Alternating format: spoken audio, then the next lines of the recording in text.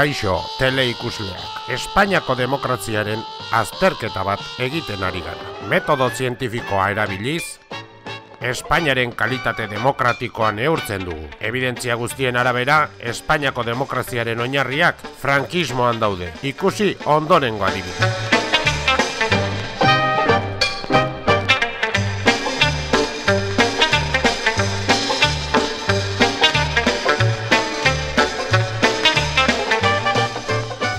¿Quieres decirle algo a los niños alemanes? ¿Pero qué les digo? Lo que quieras. Anda.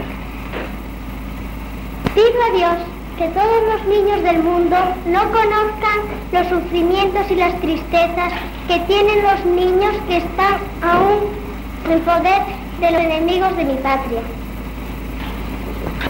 Yo deseo que todos los niños españoles tengan una casa alegre, con cariño y con juguetes.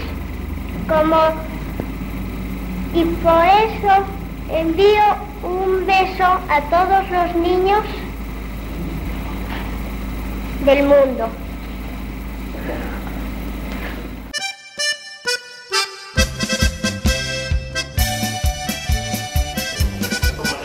Eso es como esos letreros que uno ve cuando pasa ahora por las autopistas y le dicen: no podemos conducir por ti.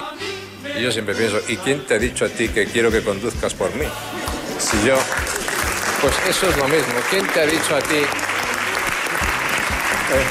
las copas de vino que yo tengo o no tengo que beber? Déjame que las beba tranquilo, mientras no ponga en riesgo a nadie ni haga daño a los demás. A mí no me gusta que me digan: no puede usted ir a más de tanta velocidad, no puede usted comer hamburguesas de tanto, no puede usted comer esto, debe usted comer esto, debe usted evitar esto, no debe usted beber esto y además usted le prohíbe beber vino. No, esa no es la cosa. ¿Y quién te ha dicho a ti que quiero que conduzcas por mí? ¿Quién te ha dicho a ti las copas de vino que yo tengo o no tengo que beber? Déjame que las beba tranquilo, mientras no ponga en riesgo a nadie ni haga daño a los demás. ¿Y quién te ha dicho a ti que quiero que conduzcas por mí?